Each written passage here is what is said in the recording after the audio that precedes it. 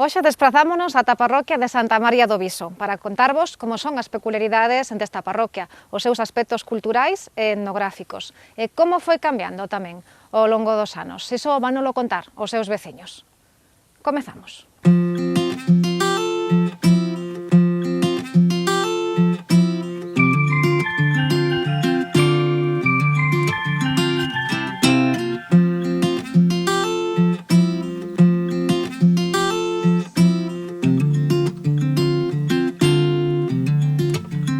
O Viso é a parroquia situada máis ao norte do concello de Redondela, linda xa co concello de Soutomaior e ao sur coas parroquias redondelás de Ventosela e Cesantes.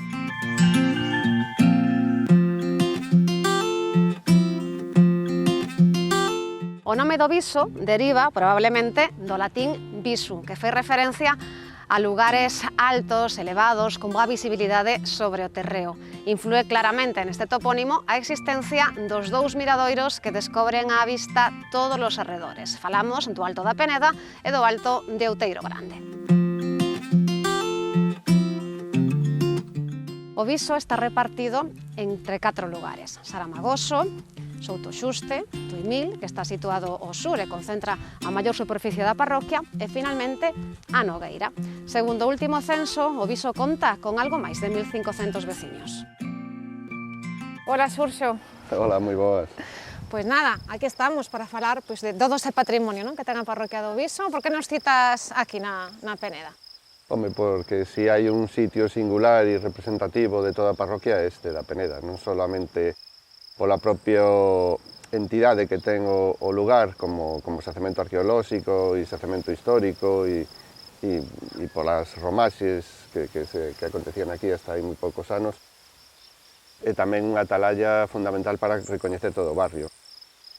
Coñeces pois os 4 lugares do Viso, está o mar, está a depresión meridiana, están os montes do Espiño e, bueno, pois é un sitio idóneo. E a nivel histórico, a nivel arqueolóxico, que sería o máis importante a destacar da Peneda, de todo ese patrimonio que sabemos que é moi extenso? É dificilísimo elegir, cal é as 3 partes, porque entre Castro, Fortaleza de Castrizán e Capela da Peneda, que son 3 elementos tan interesantes e tan cheos de relatos e de historias que, vamos, que non sei, non sabería cal poñer, hombre. Baixo o meu punto de vista como arqueólogo, pois, desde logo, o Castro da Peneda é completamente singular e absolutamente abrallante na comarca, ¿no? En toda a contorna, por ese dominio visual que ten, sobre todo, porque xa non só do Viso, sino que se ven montes de avión, incluso, ¿no? En Ourense. E non só por eso, ¿no? Sino que tamén pois ten unha bagaxe de restos arqueolóxicos moi potentes. Aínda que nunca se interviu arqueolóxicamente, científicamente no Castro, hai unha colección impresionante de pezas no Museo de Pontevedra. Eso que se coñece como a colección Solla, un anticuario histórico que deixou moitísimas pezas ali almacenadas, non? Pois un pouco a mecánica que utilizaba este señor era pois comprarlle obxetos á rapazada do barrio, aos nenos que viñan aquí a xogar, comentáballes que lle interesaba, entón eles levabanlle cerámicas, levabanlle fusayolas, levabanlle, pois... Entón, a raíz de todo isto, pois, se acolleu unha colección moi potente. E os propios rapaces atopaban eses restos Sí. porque estaban, bueno, prácticamente á vista. Sí, claro, supoño que aquí, pois, imagínate, nos anos 20, anos 30, ou incluso en épocas posteriores, antes de facer as estradas e de estar xa o monte tan urbanizado, pois isto sería virxen por completo, non? Entón, hai machados de talón, hai machados de anéis, hai fíbulas, hai imperdibles, bueno, hai agullas, hai incluso restos de 3 caldeiros, non? Con esa, bueno, os caldeiros teñen unha significación moi especial dentro da cultura, non? Porque son realmente obxetos para ceremoniais, pois, e reunións numerosas, non? Un caldeiro non se fai unha comida familiar, non? Se fai comidas, pois, para moita xente, e incluso con esas atribucións que se deron en tempos históricos máxicas, non? Os caldeiros, non? E, bueno, pois, iso é bastante interesante. Logo, queda aparte esa mina de época romana, non? Porque é un castro que arranca desde bastante antigo, quizás ao mellor século X, Incluso comentando que hai unha ocupación anterior, hai xa tamén documentados petróglifos, non? Nas abas do Castro. E claro, chega hasta os momentos históricos, non? Hasta a romanización e entrado xa a nosa era, non?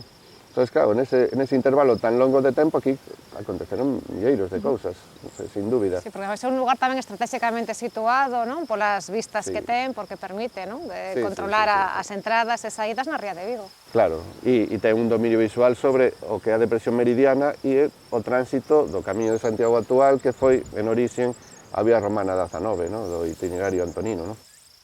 E en canto a esas romaches, esas lendas que existen tamén, non, historias máxicas, cal destacarías ou cal nos poderías contar, Xurxo? Hai unos meses escribindo un pequeno libriño xeográfico, unha guía sobre a parroquia, tiven o prazer de coñecer a Carmen Conde, unha muller que tristemente faleceu hai uns poucos anos, e era unha fonte de sabiduría absoluta. Esta muller nos contou todas as historias de mouros e mouras asociadas coa súa parroquia, que ela vivía en Soutoxuste, non? Pero nos contou tamén e se explayou moitísimo sobre os temas da Peneda, non? E eu particularmente descoñecía pois esa importancia máxica que tiña esta romaxe, sobre todo porque o primordial obxectivo que tiña a romaxe era quitar o demo do corpo. Igual que sucedera no Corpiño ou en outras romaxes, pois, en Santa Marta de Ribarteme, no? Pois aquí se facía esa mesma romaxe, onde xente vida de toda a contorna, pois incluso ela nos falaba sobre todo que viña xente de Cobres, de así, chegaban por mar, atracaban os barcos na zona de Soutoxuste e subían hasta aquí andando. E moitos subían así onllados, e subían cadaleitos, e subían en sudarios ofrecidos, porque xente que se recuperase enfermedades graves, todo eso se facía aquí. Que estaba como prometida, non? A Dios. Ela me falaba, non esquecía a palabra custodia, non? E me decía, non, era unha peza que tiña así como unos rayos de plata e con un cristaliño no centro. Claro, esa custodia albergaba unha especie de peciña de tea, non? Que debía ter pois, unos poderes máxicos para quitar o demo do corpo. Chamábanlle o bocado. O bocado é a significación de meter o demo no corpo a través da alimentación, da comida, a través de pasteles ou a través sobre todo de pan. Pois alguén metía ese demo dentro do corpo, pois, sobre todo en mulleres, non? As mulleres eran as máis afectadas. Pois, incluso falan de que podía haber pois, gotas da menstruación metidas nese pan e desa maneira pois, entraba. Xate que cousas máis estranas, non? Ahora que alleas nos sonan todas estas películas, non? Incluso machistas, non? Por así decirlas, non? De a muller, sempre un elemento perigoso, non? Na sociedade, non? Sempre o demo. Sempre, non?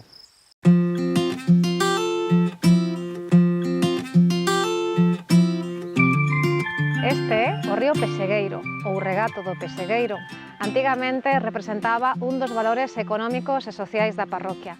Ten os seus nacentes nas contornas do Viso, entre Saramagoso e a Nogueira, nas chans de abaixo que recollen as augas do Monte Espiño. O Pesegueiro cruza a parroquia de norte a sur ata desembocar na Enseada, concretamente na Portela, formando a xunqueira de Redondela xunto ao río Albedosa. Houve un tempo en que vir lavar os lavadoiros ou o río eran o máis seco. Tía, ademais de lavar a roupa, servían tamén como lugar de reunión, onde especialmente as mulleres pasaban boa parte do día. Tamén ali podían enterarse das novas, contar o que pasaba na parroquia e así saber o que acontecía en cada momento. Hai que lembrar que eran moitas as persoas que viñan a estes lugares lavar a roupa porque nas casas aínda non existían as lavadoras. Cando me criei eu, onde se lavaba era aí onde está ese palo, que había aí un río, arrimada a parede esa nosa, que era, daquela era nosa, claro. Aí, o río iba a rastro. A rastro non era isto, Iba o río co camiño.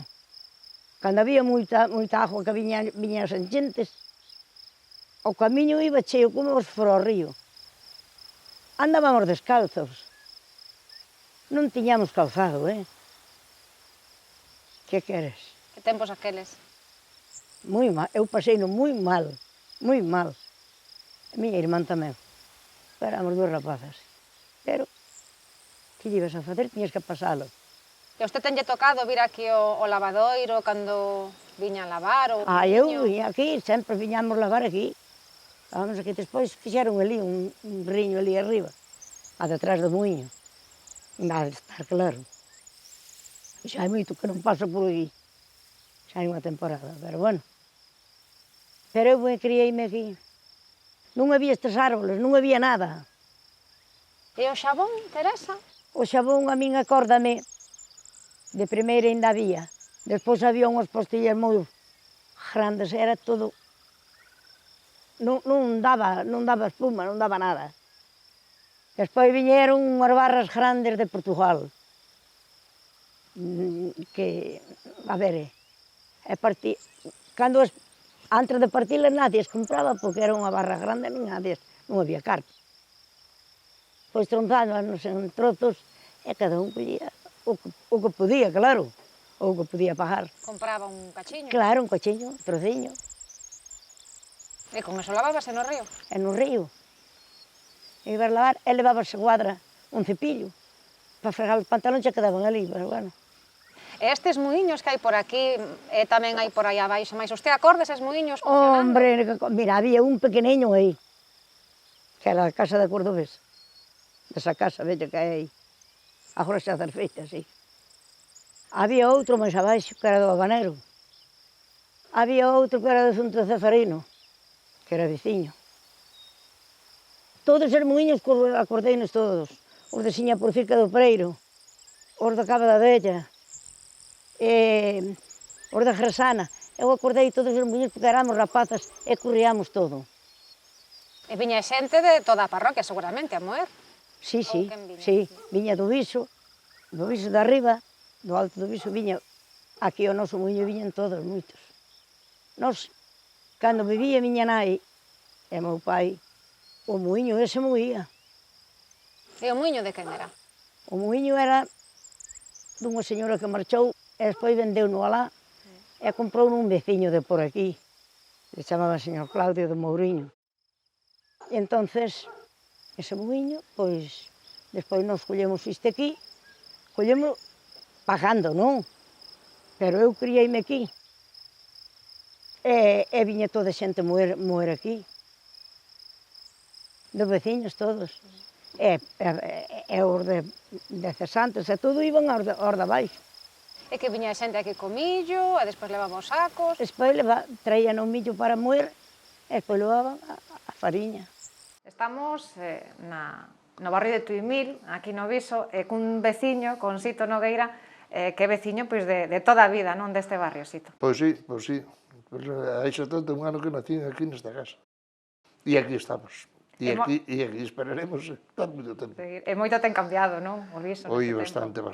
Xa onde estamos agora mismo aquí, isto era o albollo onde se guardaba o carro, as espigas, e aí ao lado onde estaban as cuadras dos animales, das vacas e o cerdo.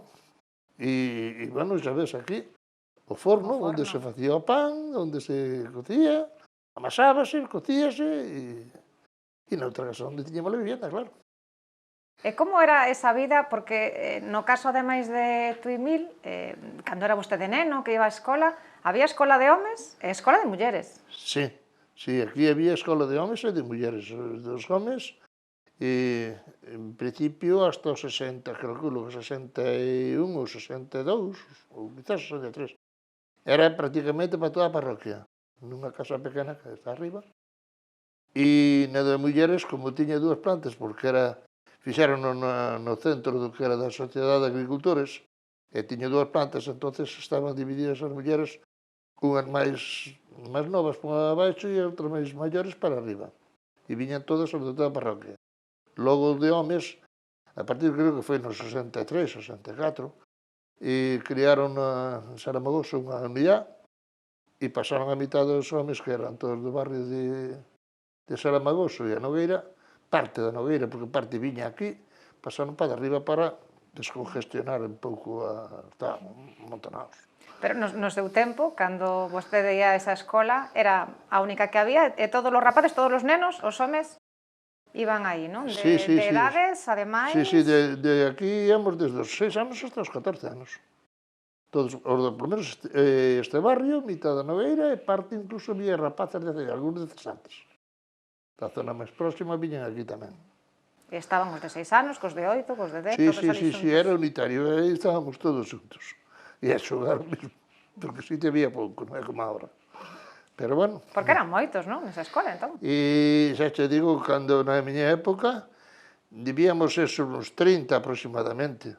Pero antes de separar, debían de ser polo menos uns 50, porque todo o que é o barrio de Saramagoso e a Nogueira todo da parte de arriba, pois había uns 20 aproximadamente. E como era esa escola? Porque era ben distinta das escolas de hoxe. Home, claro, tiña a escola que tiña algúns taburetes, o sea, taburetes, mesa, de escritorio, pois debía ter así como 6 ou 8, en total. Collíamos 2 ou 3 rapazas en cada unha.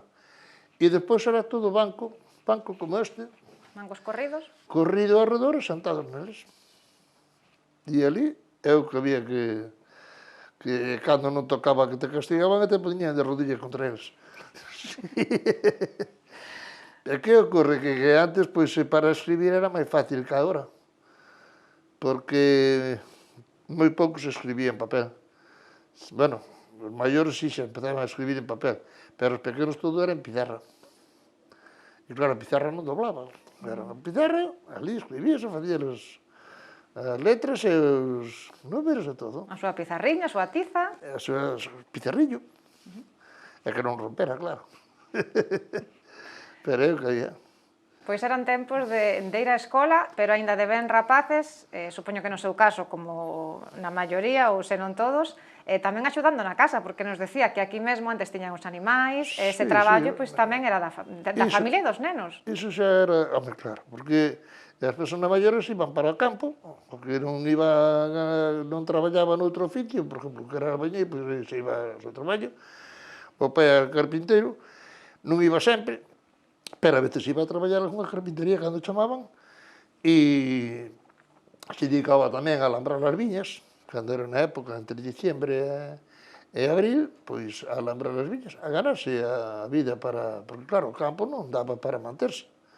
O campo para para axuda para a casa dun, ter as súas patatas, o seu viño, facía o pan, e tiña o porco, que mataba o porco, pero despois o demais había que traelo. E claro, todo que máis ou menos tiña que buscarse a vida para ganarse un peso. E pagar a seguridade social, claro. E no caso dos nenos, todos eses traballos da casa, do campo, dos animais, había que axudar tamén. Nós tiñamos que axudar, claro. Xa tiñamos cada un, bueno, en cada casa o seu, pero polo menos xa sabía o que tiña que facer todos os días. Aparte de haber vida da escola, tiña que ir a coller o caldeiro, ir á fonte e encher o depósito de agua todos os días, para iso todos os días. E aparte de facer as cousas da casa, axudarlle ao abuelo, a dar coas vacas, ir a erva, e era o traballo que había. Sí, porque a carresa a auga non quedaba outra, porque non había auga da traída. Non había da traída, nin da que la tiñamos pozo, que o pozo fixámoslo despois.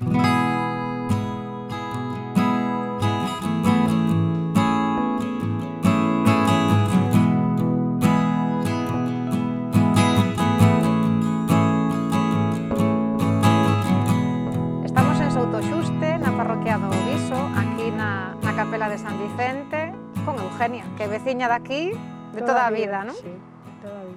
E quería que nos falara un pouquiño de como era ese tempo de antes, como era a escuela. A escuela era unha casa, unha simple casa. Sabes, viña unha profesora eu fui unha profesora primeiramente de Pontevedra, que se chamaba Doña Mencía. Xa era velliña, pobreña. O jueves, non daba clase, só a mañán. E íbamos a levar, ela iba para Pontevedra, e entonces íbamos a levar ao Piadera Cesantes. Íbamos con ela hasta o Piadera Cesantes, sabes? E despois, sempre todos os días, porque eu era moi amiga de ir á escola, moi amiga de ir á escola. Gustáballe? Me encantaba, me encantaba. E iban rapazes e rapazas xuntos, sí, porque todos xuntos. Noutras escolas había escola de homes e de mulleres, pero aquí non. Agora, antes todos xuntos. Había moitas familias, e antes, sabes que tiñase moitos fillos, non sabes? Como dicían, mira, vamos para a televisión. Non había. Non había tampouco, non había. E que facían na escuela, Eugenio? Este de que se acorda? Escribíamos, líamos, ou tiñamos un día para ler, había uns mapas moi grandes, non sabes? Eu sabía o mapa casi de memoria, ainda facía pouco. España limita al norte con el mar Cantábrico, los montes Pirineos se separan de Francia. Sí, sí. Estudiaban Sí, xeografía... íbamos ao mapa, estudiábamos, pero vou xa dicir, non era aquela multitud de libros como agora. Tiñamos o primeiro grado, o segundo grado, o terceiro grado, punto fora. Unha pizarra para escribir, a libreta para escribir, é así. E con eso aprendían todo. Con eso aprendíamos todos. E hasta que anos foi a escuela? Fui hasta 16 anos, me parece. 16 anos. Na escuela daqui da Teixeira, na de nenas polo menos, leíase todos os días, mañán e tarde. Os jueves pola tarde era descanso, pero dábase clase o sábado pola tarde. Entonces había libros de lectura distintos para todos os días da semana, e distintos da mañán e da tarde. Algún título que recordo, pois La niña instruída, era claro, era para nenas, entonces para preparalas un pouco para as tareas domésticas. O sea, como se fai, como se plancha a roupa, como se fan as camas, como se lava a roupa para que quede ben limpa, etc. Porque a educación era diferente para as nenas que para os nenos. Claro, despois había outra, el mar. Estábamos en zona mariñeira, pues, o mar, bueno, temas referentes ao mar.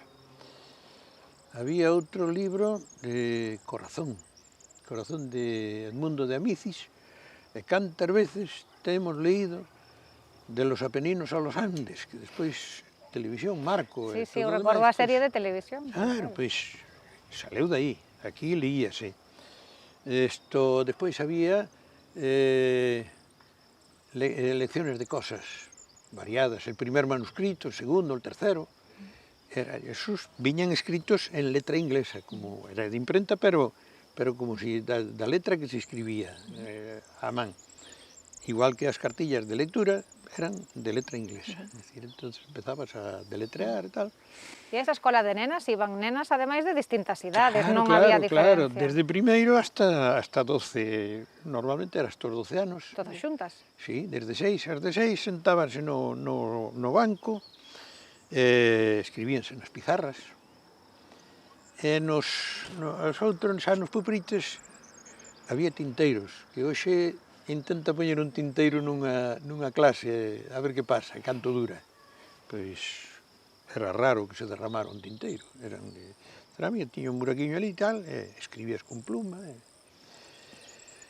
Que che iba a decir? Entonces, unha vez que se terminaba, polas tardes, se non todas as tardes, polo menos 2 tardes á semana, había labores para enseñarlle, pois, o máis imprescindible, como facer unha cenefa ou así, uns bodoques, eu non me acordo disso. Xa as que destacaban un pouquiño, xa a final de miña nai collía, marcáballe na tela, mediante papel de calco, pois facía o dibuixo, entonces iban elas. Bordando. Sí, e de repente, pois, de vez en cando, pois, viñan, enseñáballe, e se estaba mal feito, mandáballe desfacer e volver a facer outra vez. É dicir, que non salían modistas, pero polo menos cunha idea. E se terminaban, os que, o mellor pola tarde, terminaban todos os traballos, quedaban como 20 minutos, a primeira que terminou, profesora, ya terminé, señora maestra, ya terminé. Ala, al mapa. Estaban os mapas colgados na parede. Collía, estaba unha sola, empezaba cantando. España limita al norte con el mar Cantábrico y los montes Pirineos que lo separan de Francia, al este con el mar Mediterráneo, al sur con el mar Mediterráneo, estrecho de Gibraltar y al oeste con el océano Atlántico y la República de Portugal. Galicia tiene 4 provincias, La Coruña, Lugo, Orense y Pontevedra, Asturias, una que es Oviedo, León, 5, León, Zamora, Salamanca, Valladolid, Valencia, tal, todo así. Quero dicir, as que estaban de primeiro, que ainda non sabían as letras, iban collendo a cantinela. E as demais tamén. Estamos en Soutoxuste, a zona litoral da parroquia. Foron moitos os veciños e veciñas que viviron do mar. A pesca e o marisqueo serviron de sustento para moitas familias. Se o oficio do mar, aínda a día de hoxe, é un traballo duro, pensen como era hai décadas. Non había botas de goma, nin neoprenos, nin barcos a motor. Estános esperando Jaime Monteagudo. El comezou a traballar de mariñeiro de ben rapaz. Imoslle preguntar como era antes o oficio. Estamos hoxe en Soutoxuste Sí. e estamos cun veciño, con Jaime Monteagudo, que inda que naceu en Cesantes, leva aquí moitos anos, non, Jaime? Que tempo leva xa vivindo en Soutoxuste? Casi toda a vida, non? Pois sí, casi toda, desde o ano 1963, Moito tempo. casado, o 25 de Freveiro, no 63. Jaime, vostede dedicouse ao mar, non? Como mariñeiro xa desde moi novo. Sí, de moi novo. Con 12 anos empecé a traballar cunha vara de madeira, ao lombo, un ancazo de ferro. Entonces, na isla de San Simón, empecé a traballar ali. E con quen iba vostede ao mar? Tiñábamos meu tío, unha trainera é un barco. Chalana é unha chalana. Unha chalana parecida a esa, Chalana pero ten a quilla plana. Cousa quilla plana. O barco xa era con quilla. Con quilla. Xa era con quilla. E tiñábamos o Eugenia, o Nuevo Esperanza, que eran barcos. E unha chalana. E uns andaban ao voo, ou aquí dixa, uns andaban nunha chalana no tempo da ameixa que se abría en outubro, 1 de outubro, abríase. Hasta 6 meses. Cerraban en abril, despois. Entonces, pois andábamos un nunha chalana, outro noutra, repartidos. E éramos, meu tío, eran 2 fillos, homes. 2 fillos, 2 homes e el 3. E eu 4. Pero un rapaciño con 12 anos. Rapaz, con 12 anos. Pero non ia moitas veces, porque outras veces íbamos a outra cousa. Pero lle explico detrás disto. Que porque vai así en escala. Entonces, pois claro, repartíamos. Pero eu con 12 anos, pois 13 anos, estaba na escuela.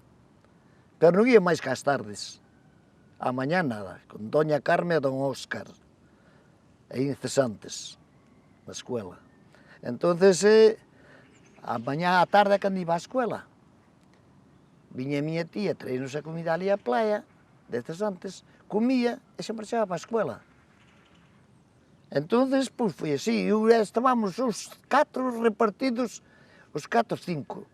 Os 3 fillos, 3 homes e el 4, e eu 5, e meu irmán, pero meu irmán nada. Meu irmán ia un día e non ia máis. E vostede, cando empezou a traballar, a que fainaban? Que era o que pescaban? Coa vara esa en San Simón as ameixas. Ameixa. O marisqueo, a flote. A flota, sí. Eso, era o que pescábamos. Viñábamos e íamos ali ao Lazareto, a San Simón, viñábamos aquí arriba, traballábamos hasta as 5 da tarde, como, dale aí, así.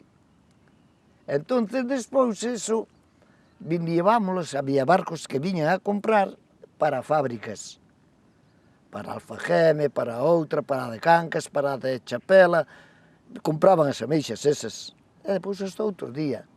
Pero eu, ao vir da escuela, íamos ao xeito. Que outra arte de pesca? Que é eso. Con pezas do xeito se chamaba, onde se collía a xouba, despois volve sardiña, onde se collía a xouba.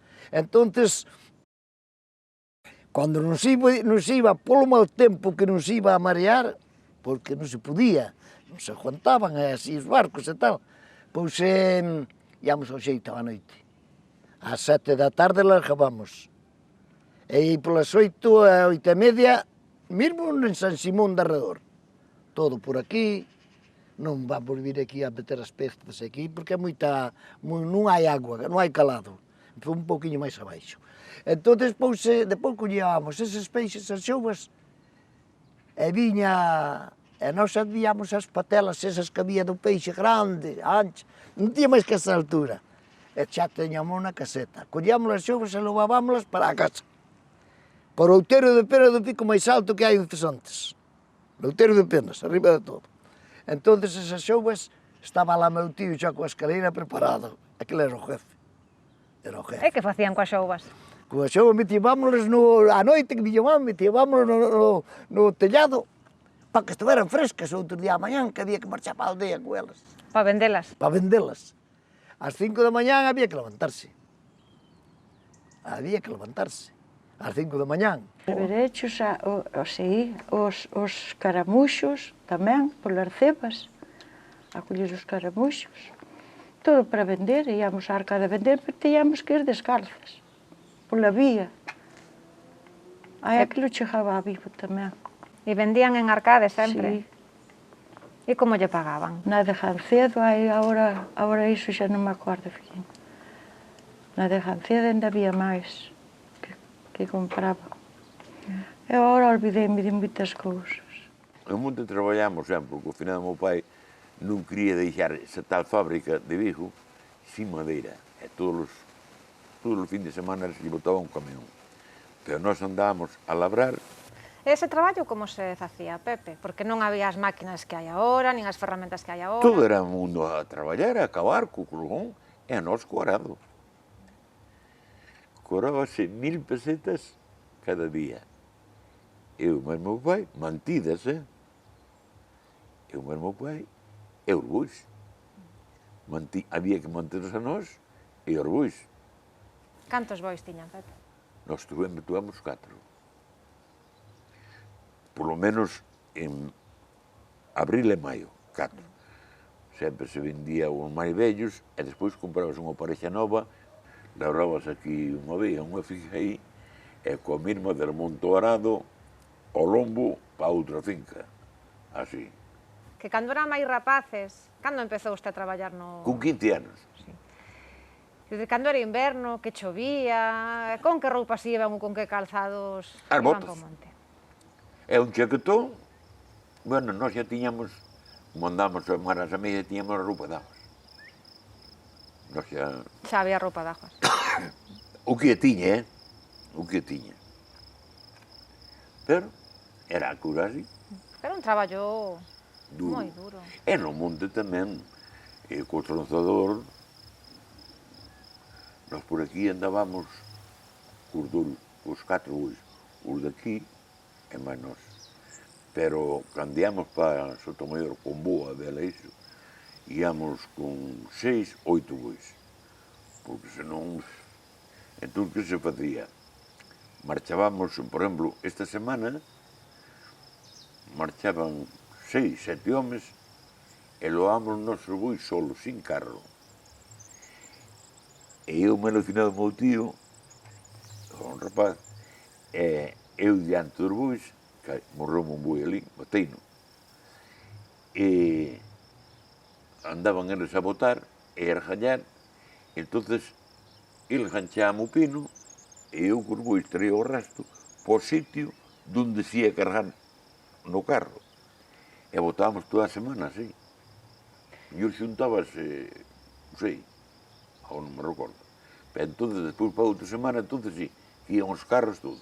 A recoller xa toda A esa recoller. leña. E cada carro tiña 2 homes. E como cortabas espinos? Que ferramentas tiñan? Ali xa fui coa motosserra, coa Palmer, as primeiras que anduve. Eu só lo botaba abaixo. Por exemplo, marcabas unha zona e botábase para ali, para ali, para ali.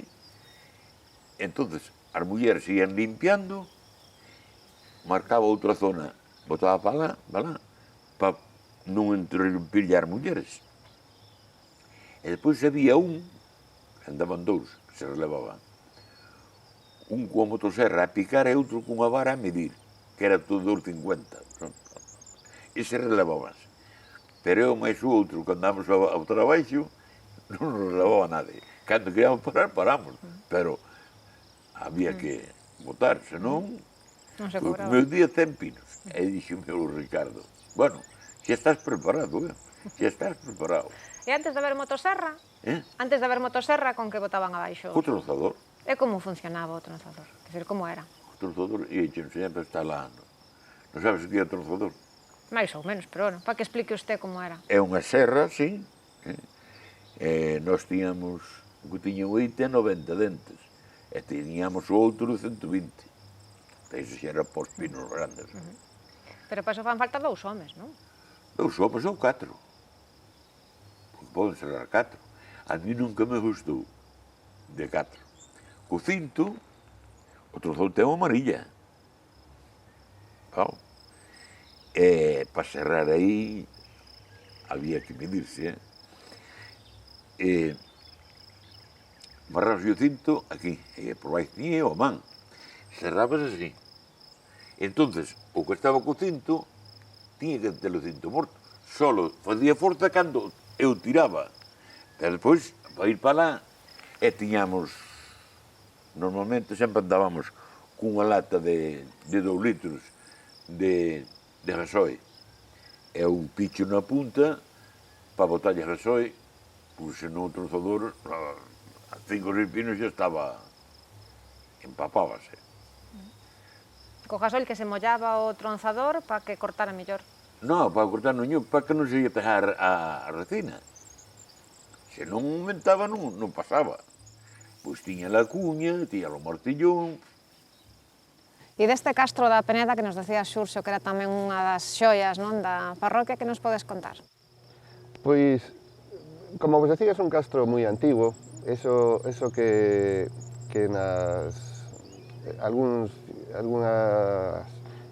algúns científicos falan de castros moi antigos, pois son castros moi conspicuos que son moi visibles en toda a contorna, a la vez que eles controlan tamén toda a comarca, non? E toda a bisbarra, pois son tamén moi controlados de moitos puntos, porque fíxate que aquí te moves hasta Soutomaior, hasta Fornelos, así, e ves a Peneda perfectamente. Está como moi exposto tamén. Moi exposto, sí. Entón, é un castro que ten pois, un devenir do tempo pois, longuísimo. Cousas que pasaron sobre el, pois, cando se fixera nos anos 80 a estrada de chegada, ali apareceran restos de zonas amuralladas, apareceron vivendas castrexas, apareceron pezas singulares, non? Cerámicas e así, pois, de ascripcións temporais moi diversas, porque hai ánfora romana e pode haber pois, cerámica do ferro, e do ferro 2, cousas máis antiguas incluso, non? Incluso falábamos antes da existencia desos petróglifos que están desaparecidos, non? Hai unha sobreira senlleira, pois, nese socalco que temos abaixo, que seguramente se conserven aínda pois, restos castrexos, non? E esa sobreira é unha reminiscencia dun camiño que vais hacia baixo, que ten un sobreiral, e en ese camiño era onde se atopaban seguramente os petróglifos. Fíjate que curioso que estes petróglifos están desaparecidos hoxe, non sabemos que lles aconteceu, si están tapados ou si os canteiros en traballos en canteiría tradicional accidentalmente os levaron, pero non os atopamos, xa dimos voltas para arriba, para baixo e non aparecen. Pero fíxate que eran tan señeiros que no ano 74 se saca un decreto sobre regulación de petróglifos en Galicia, de gravados rupestres, e figuran esos en ese documento oficial, non? O sea, que realmente terían unha designación de BICs por si mesmos, non de forma xenérica, sino que os castros, os petróglifos da Peneda son BICs por si mesmos, non? Claro, co que representa de protección de toda a contorna, non? E bueno, claro, ao acontecer que logo se fixera aquí un castelo, que se fixera logo unha ermida, pois eso singularmente afectou moitísimo o castro, non? Porque se baixamos por todas as abas hai unos frontes de canteira impresionantes, de grandes. Entón, toda esa canteiría que se necesitou para construir aquí un castelo, pois evidentemente afectou o castro, non? Sin lugar a dúbidas. Habería que facer pois, unos traballos científicos exhaustivos de prospección e de intervención, ao mellor, de sondaxes, non? Incluso para testemunhar que existen zonas e facer unha zonificación para saber o grado de conservación que ten o xacemento, non? Eran tempos moi difíciles, a xente pasaba fame, eu non a pasei, na miña casa creo que non se pasou, pero en Pachos tampouco había. Nin había o millor, non se pasaba fame, pero non había de todo, había claro, o que había na casa. Había, o pouco que había aproveitábase muitísimo máis. E a xente, a pesar de ter os problemas que tiña, hai unha cousa que agora chama a atención, que a xente cantaba. Estaban traballando e cantando, facendo calquer cousa. Agora nada. Estás por aí, míralos, como moito, o que máis adiantado está, ten un aparato de radio, é o primeiro. E do resto, nada. Non... Porque antes dese ano, dese 83, para servirse de auga, habería quen tiña pozo, pero habería quen non. Ou facías pozo, ou senón ibas, como íbamos nós, desde aquí, hasta a fonte, onde está o lavadero. Para beber, para darlle aos animales. Lógicamente non podías ter legumbres, porque non vas a ir a buscar un cubo de agua para botarlle aos tomates. Os tomates plantábanse onde plantaban o millo, polo medio, pois plantabas unha planta aquí, outra tal, e coñíanse tomates igual. Entón, fíxose a traída, eso xa foi un adianto. O ter agua corriente nas casas, bueno, antes xa, primeiro xa ter non ter cuarto de baño, ter retrete. Porque antes non había. Despois houve unha temporada en que conocías, podes decir as casas máis ou menos de que época son pola distribución. Porque as primeiras que puxeron retrete, facías a casa e o retrete era unha peza adosada, pegada, inconfundible. Podes mirar ali hacia a presa e ves algunha. Son todas dos anos 50, 60. Despois xa nos anos 60, a partir de aí, xa empezou a vir a ter agua corriente, porque facían pozo, instalaban a agua na casa, e así.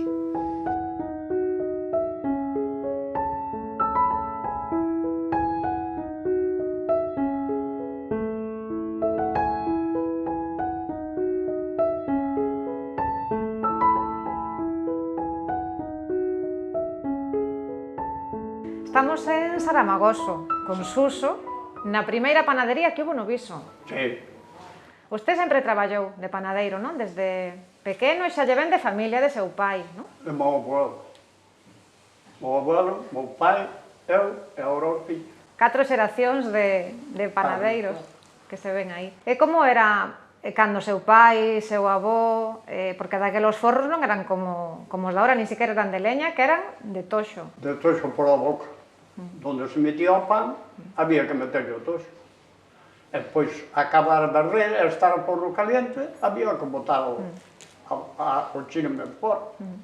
E había que ir ao monte, o toxo. Traíano a vender feixas de toxo.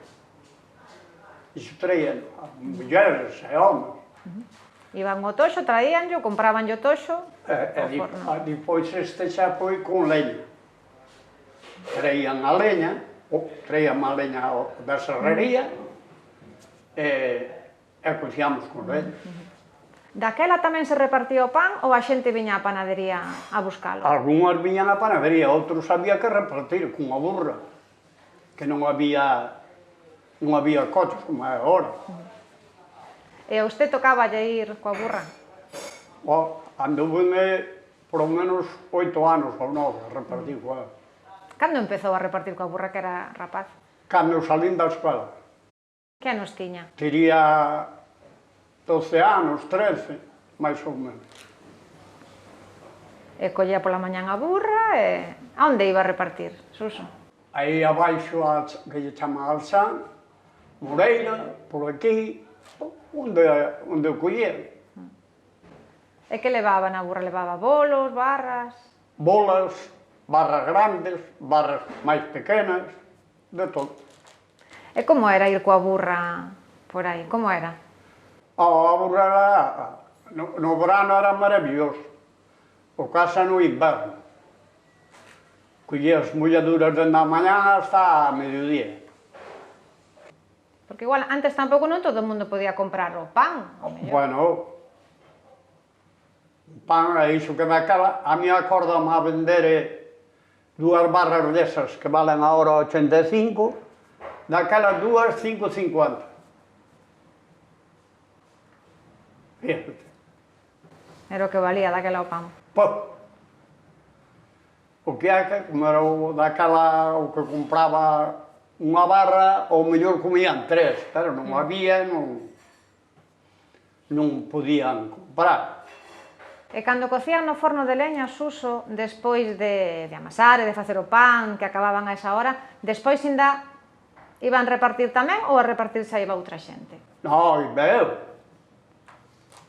Iba eu, e despois viña aí sobre as 2:00 ou así, e comía e a dormir un pouco. Pois botei así cerca de 50 anos. Cerca de 50 anos botei así. Con ese traballo. Eu desde que salín da escola. Estamos en Saramagoso, cunha veciña tamén daqui do Viso, para falar pois, de como era esa vida de antes, non? Ramona, en que ano naceu usted? Nací en 1932. O 21 do 5 do ano 1932. E como eran aqueles tempos? Porque usted acorda mellor de pequeniña, cando empezou... Traballei moito. Eu sola carguei carros de toxo, subía e baixaba. Facía o carro, unha man tiraba polo adival, por outro. 2 vacas ao carro deles. Meu fillo sempre... Traballei. Pondei no coixo, até viñas, puxen de comer. Os Jueves Santos tiña 2 vacas, facía as roscas. Non perdi nunca o Jueves Santo, nunca perdi unha misa das 12 da Peneda. Eu 2 vacas, pero eu sempre supe organizar o traballo, porque eu o Jueves facía as roscas, da do panadeiro, para a masa e para dar os afillados ao quintura. Despois, ata as 6 da tarde, era a iglesia. Viña da iglesia, gobernaba o Handan, que fora hasta unha de mañá, gobernaba todo. O outro día, o Faladilla, día da Peneda. Pois xa deixaba o cocido, aunque fora o calor. Xa deixaba unha ringueira do porco, un cacho de carne, unha galiña, a poder. A noite xa pronto, ya todo pronto. Cendía o lume, vestia, me preparaba, botaba ya as patatas e o repolo dentro, o chorizo, o que fora, e que a mí botaba unha hacha boa cociña de ferro, que non sempre tuve cociña de ferro toda a vida, eu criei-me con cociña de ferro, non me cociña nunha leira. E botaba un pau bo, e viñamos da misa das 12, botaba a comida na mesa. E foi unha canta, todas as novenas, e Dios sempre axudoume. Foi fuerte, non tuve enfermedade. Vou facer os 90 anos, e son feliz, topei con unha familia buenísima. Os meus fillos fun bons, as miñas netas son uns ángeles del cielo. E eu estuve ben, eu podo dar gracias a Dios. Vivo e morro tranquila desta vida. Que festas había aquí no Viso, Ramona, cando era usted rapaza, que lle acorde? A festa do Carme, que era da Nogueira. A festa do Carme, a novena, habían cantar a novena, e de ser novena, as novenas non, o tono das novenas todas. Era a novena, a do Carme da Nogueira era Reina Santa del Carmelo, mirar con ojos veninos los que vuestro escapulario devotamente vestimos. Isto era a de Nogueira. A Virgen de Santa Lucía da Alxán era hace luz, porque a vista, hace Lucía que de Lucia nuestra cejeda. Iso era Santa Lucía. A festa de San Blas. Era bonita, San Blas era bonita. Cheira. Esa era a festa que facían aquí? Bueno, San Sebastián era o bastián ejemplar, imite santa paciencia, dinaos a Dios rojar, nos libres de pestilencia. San José era, pues de Dios dejáis a verte en el cielo gran privado, San José nuestro abogado en la vida y en la muerte. Como lle acordan? Pero outra, despois esa San Blas era moi bonita. As festas de antes eran así, aquela música, era música, gaiteiros. Aquí facíase cada romaría. E cando era o primeiro, e cando era o ano novo, que nós éramos unhas rapazas, eu foi nada do meu pai, pois viñan os manueles. E nós na Brispa cociamos unha fornada de pan con cinco pans altos. Ainda temos o forno ali de pedra. E facíamos unhas bolas.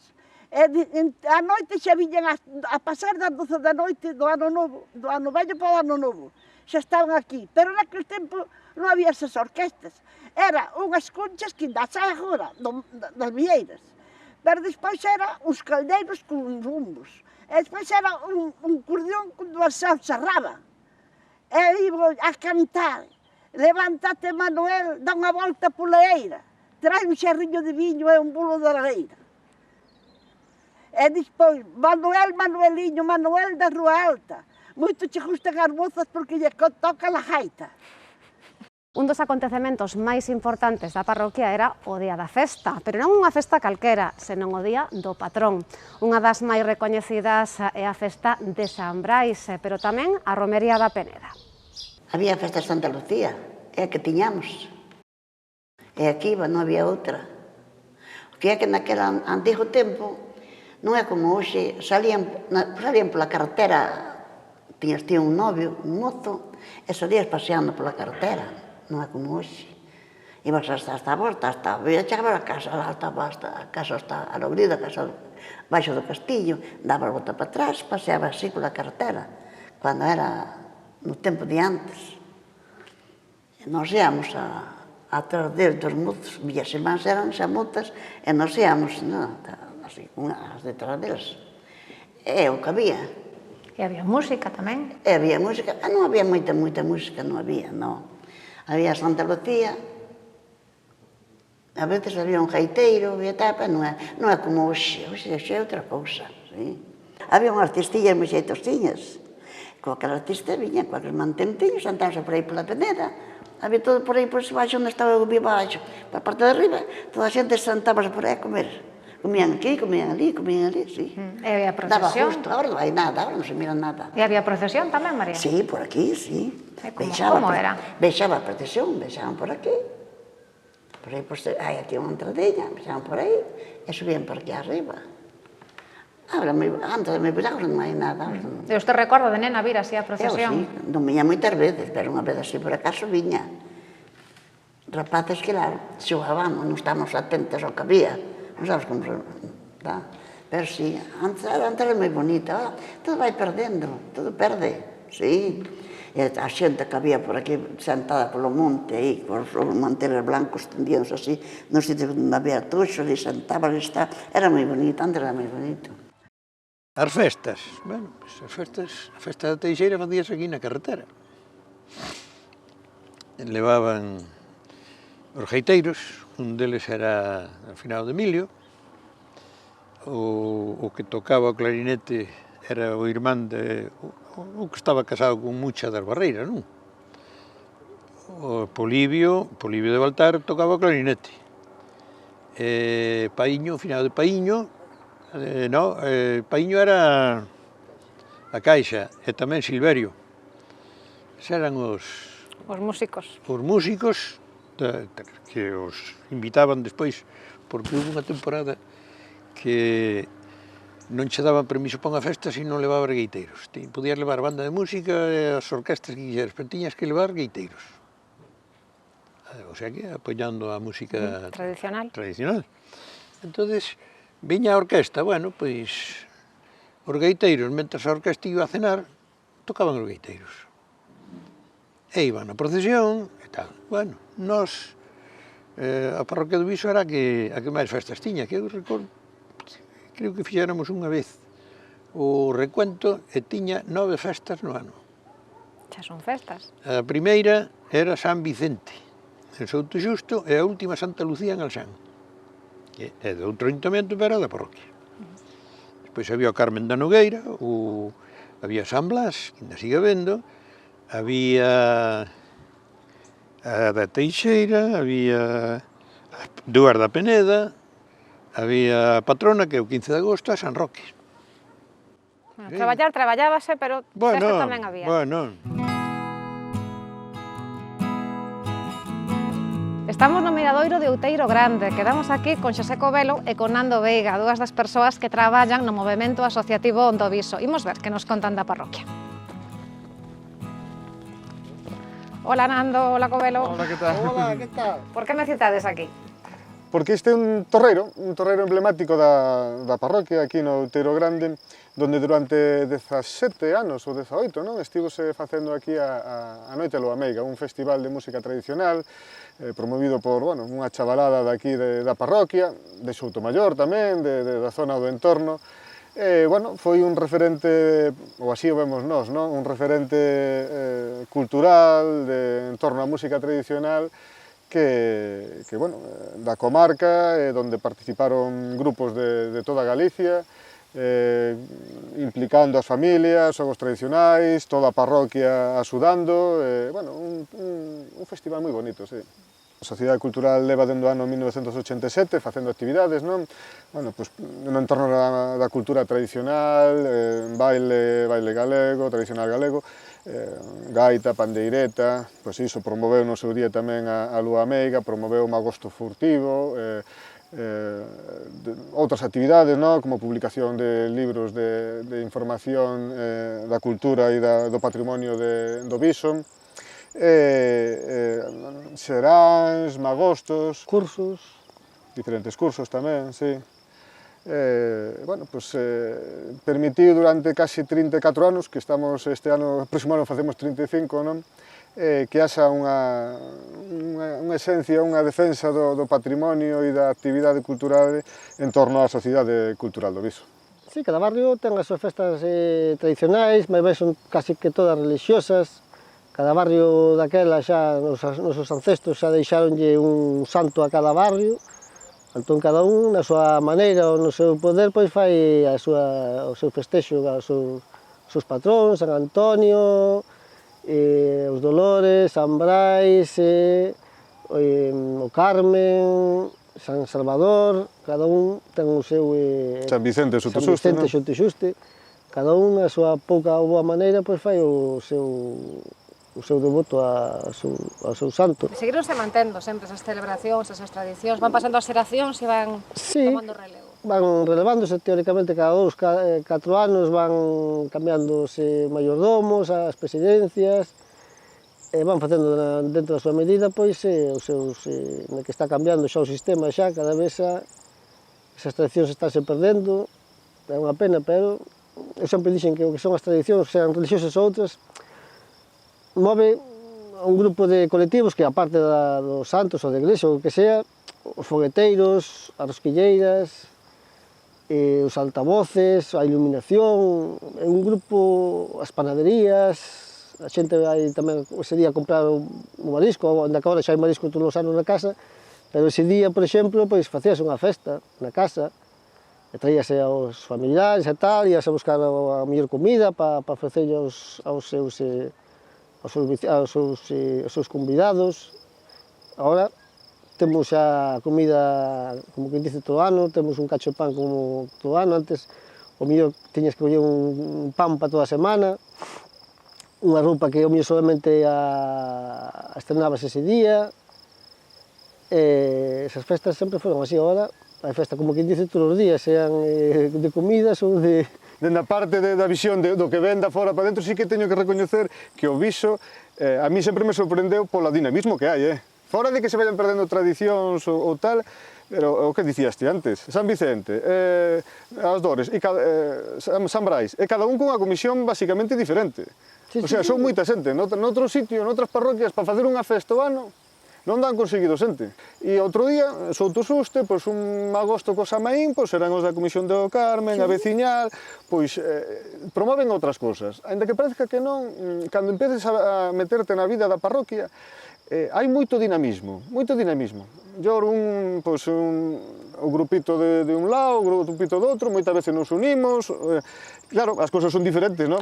As actividades que fai a Sociedade Cultural do Viso, o Magosto Furtivo, tal, tiñan un pouco o objetivo de paliar esa situación, non? De que os rapaces, a mocidade, as familias, se uniran, tamén coa mesma filosofía. No seu día elaboramos unha colección de xogos tradicionais que tamén os deixamos, outro día ainda estiveron no colexio de San Pedro de Cesante, sin problema, para difundilos, aquí na Lúa Meiga se traían os xogos e os rapaces se reencontraban, reencontrábanse coa Arrá, co Aro, hai pouco tamén se fixera ali na Jandra tamén unha pequena actividade e estiveran os xogos tradicionais. Intentamos sí que recuperar, deixalos tamén a outras festas que se fan na parroquia, para enganchar justamente, recuperar justamente o que di Fernando, que é importante e tamén achegar a celebración, a como se organiza un evento, os novos, porque van ser o noso relevo.